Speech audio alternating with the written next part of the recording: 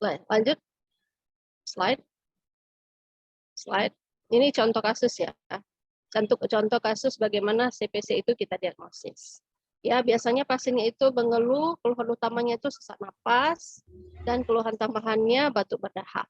Ya, jadi kita bikin deskripsi pasiennya itu misalnya sudah sesak sejak 4 tahun, tapi memberat dalam 1 tahun ini. Jadi dia bukan yang akut yang terjadi beberapa minggu. Jadi dia sudah lama, lebih dari 12 minggu, ada keluhan sesak-sesak dan sesaknya tambah berat. Nah, sesaknya itu tidak dipengaruhi oleh itu, dan sesaknya itu perbaikan jika pasiennya beristirahat. Nah, pasiennya juga mengaku memiliki keluhan batuk berdahak, jernih, dan sulit dikeluarkan, dan ada riwayat kaki bengkak. Nah, jadi gagal jantung kanan itu terutama ada overload cairan. Salah satu tanda overload cairan itu kakinya bengkak. Ini contoh kasus ya, ilustrasi kasus pasien-pasien dengan CPC. Slide terus. Next slide. Nah, dia biasa pasien CPC itu riwayat penyakit terdahulunya itu ada PB paru, ada perokok, atau PPOK. Nah, ini contoh pasien ini, pasiennya ada dua-duanya, ada TBC dan ada PPOK. Dan biasanya ini bukan penyakit jantung yang disebabkan oleh keturunan, jadi tidak ada keluhan pada keluarga yang sama dengan pasien ini, kecuali sama-sama perokok. Ya, seperti pasien ini, pasiennya sudah melakukan perokok sejak 45 tahun. Ya, sehari mampu menghabiskan 2 bungkus, setara dengan 30 batang rokok dalam 1 hari. Jadi berat sekali perokoknya. Ya. Nah, pada pasien-pasien CPC kondisinya seperti ini, jadi tidak ada tekanan darah yang tinggi ya, biasa aja. Kemudian respiratory rate-nya yang sedikit tinggi. Dalam pemeriksaan status direlsata, ini di kasus ini tidak ada kelainan, tapi biasanya ada tekanan PVJ-nya yang meningkat. Next slide, ada urin tungkai, ada asid tes kalau yang parah ya. Ada pembesaran hepar kalau pasiennya sampai dengan retensi cairan yang berat. Ya, kalau perkusi palpasinya itu untuk paru-paru itu pada pasien CPC itu seperti pada pasien-pasien dengan PPOK, yaitu adanya hipersonor ya. Suara jantungnya itu biasa normal, tidak ada murmur karena masalah utamanya bukan di jantung tapi di paru-paru, kemudian berefek di jantung kanan. Slide. Pada pasien CPC ini lihat EKG-nya. Biasanya ada RBBB ya. Jantungnya itu ada right bundle branch block ya ini. Kemudian aksisnya biasa ke kanan. Ya, aksis kanan itu di satu AVL-nya tampak ada yang RAD dengan RBBB. Ya, khas sekali pada kasus ini. Ya, pasien ini bukan sinus, ini iramanya atrial fibrilasi. Jadi sudah mengarah pada pembesaran left atrium juga. Ya, selain dari right atrium, right ventricle ada RBBB, dan juga pada kasus ini sudah peningkatan dilatasi dilatasi dari atrium kiri. Jadi ini udah tambah parah ya, bukan background. Slide. Nah, ini belum begitu terlihat jelas ya. Kalau pada ronsennya ini biasanya parunya itu hiperaerasi, sela iganya melebar ya, ini ya sama ya. Sela iganya melebar sebagai tanda bahwa dia itu sudah kronik, masalah paru yang kronik. Kalau pada pasien TB ada tanpa kavitas-kavitas, ini pasiennya ini tidak terlihat ya. Kemudian pinggang jantungnya mendatar dan biasanya tampak jantung sebelah kanannya itu lebih lebar ya. Kesannya emfisematus lung dan pembesaran atrium kiri pada kasus ini. Slide.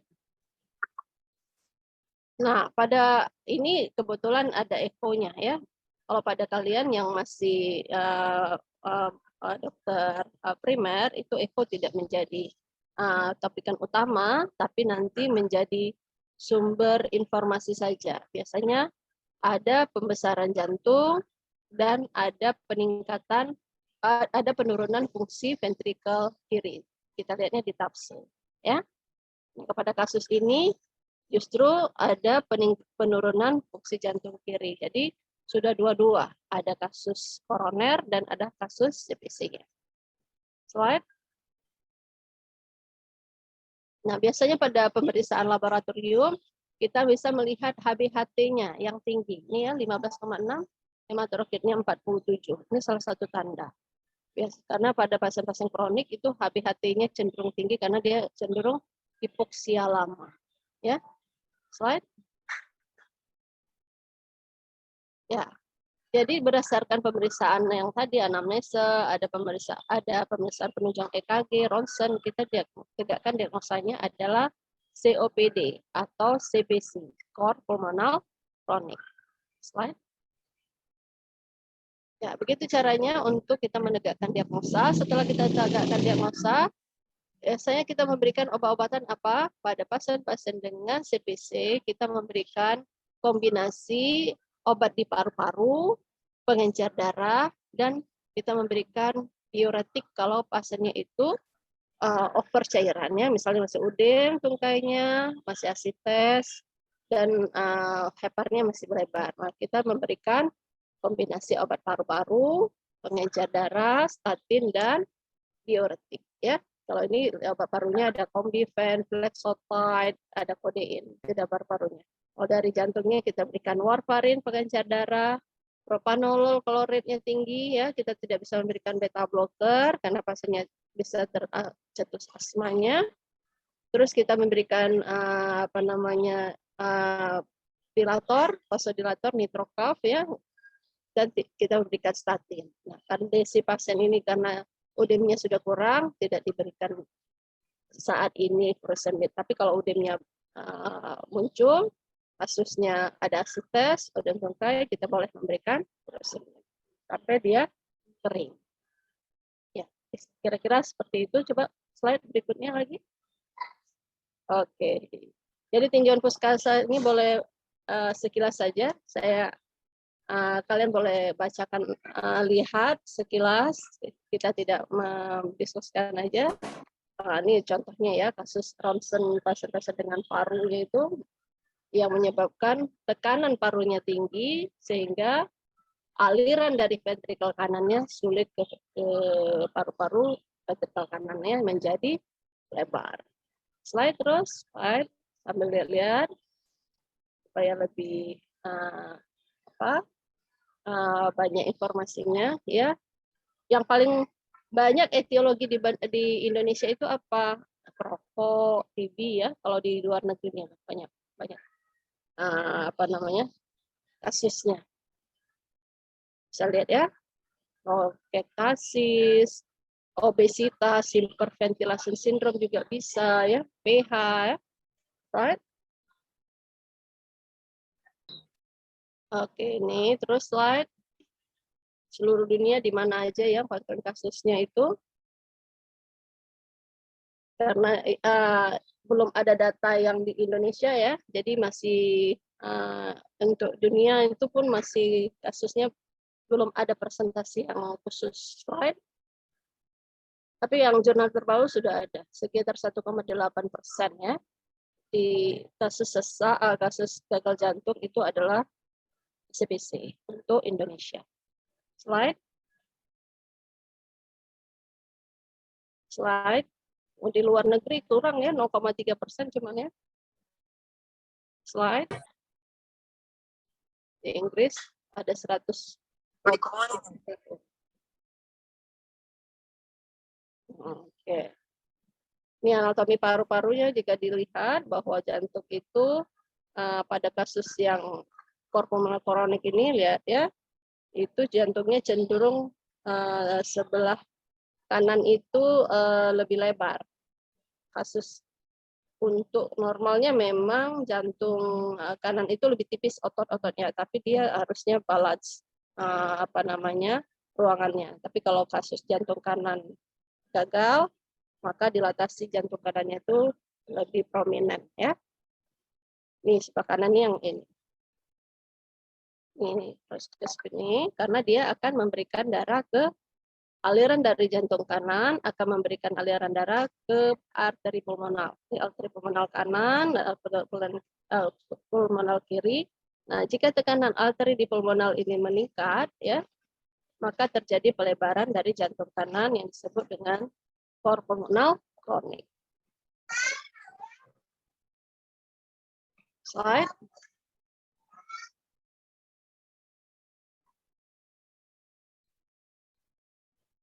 Ya, ini mekanismenya adalah hiperventilasi yang sulit ya, lama.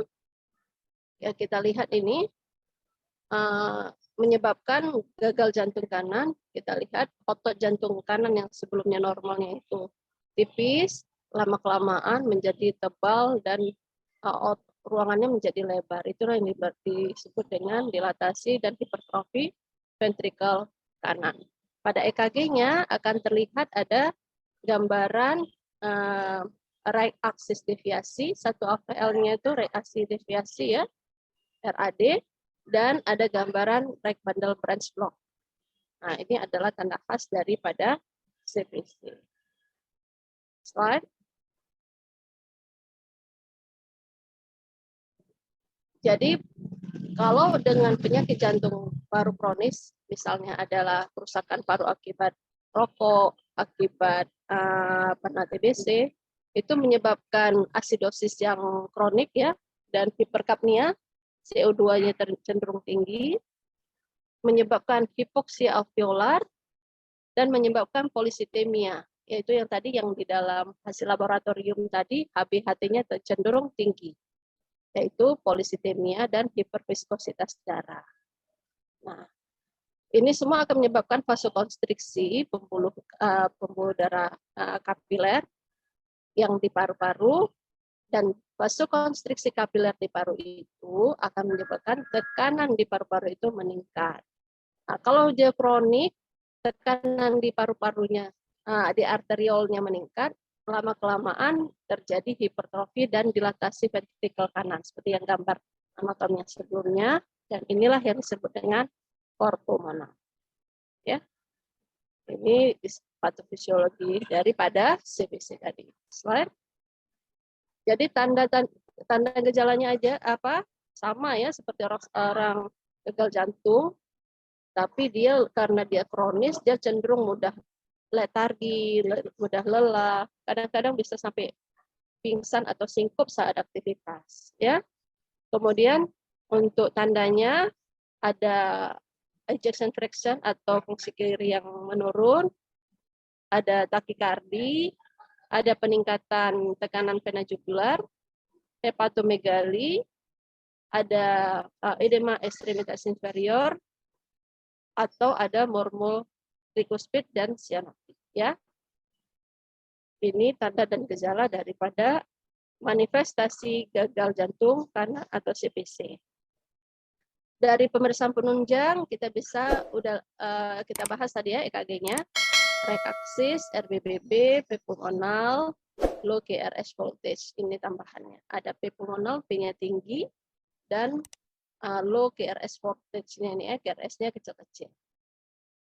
Slide. Nah, ini yang khas sekali ya pada pasien dengan CVC, dengan cabang parunya tampak prominent besar ya, seperti batang pohon, kemudian jantung sebelah kanannya lebar. Dan untuk gambaran paru-parunya ini emphysematus daripada lung ya, lebar-lebar interkostalnya. Slide.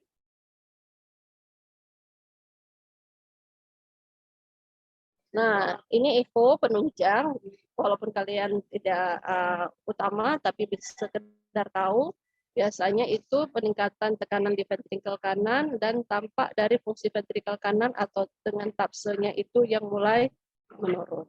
Ya, slide. Nah, biasanya kalau pemeriksaan penunjang utamanya itu masuk cat lab.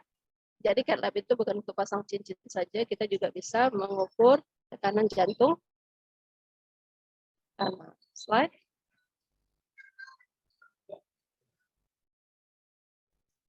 Ya, tata laksananya seperti yang sudah kita bahas sebelumnya, pada kasus-kasus dengan CPC itu penting kita berikan antikoagulan, kita memberikan apa namanya obat paru, statin, dilator ya, dan pengencer darah. Slide.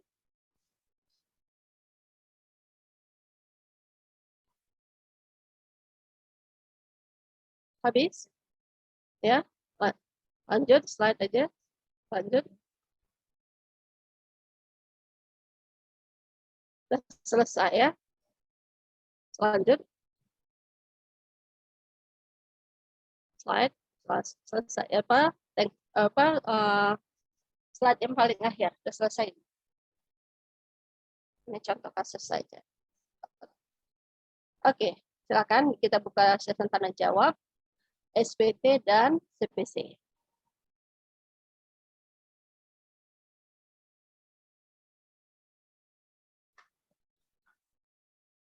Ayo, yang belum mengerti ditanya supaya nanti waktu ujian jelas. SPT juga. SPT kemarin kan kita sudah sampai bahas tentang EKG ya, tata laksana dan semuanya, slide-nya sudah ada. Mungkin ada yang kalian pengen bahas, sekarang kesempatannya. Hastia gimana? Hastia Aulani?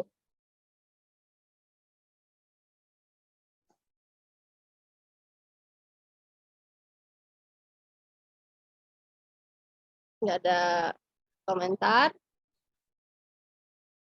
Yuhardival.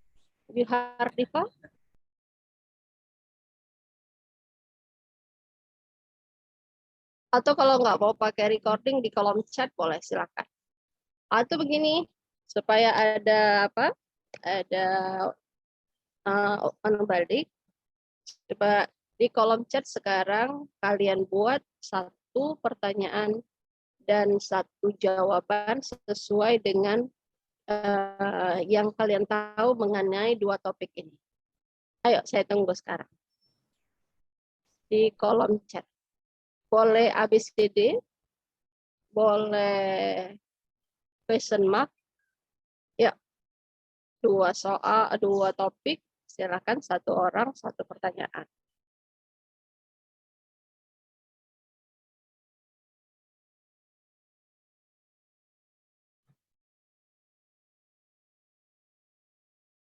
Oh, mic-nya Haskia Aulani rusak. Ya udah.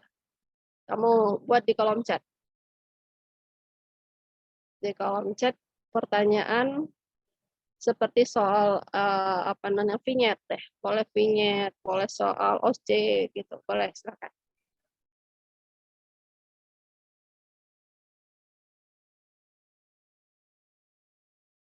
Reni Siman Hembing. Simah Bengi. Oh, Reni Simah Bengi. Recordingnya sudah bisa di-off kan? Kita masuk di kolom chat.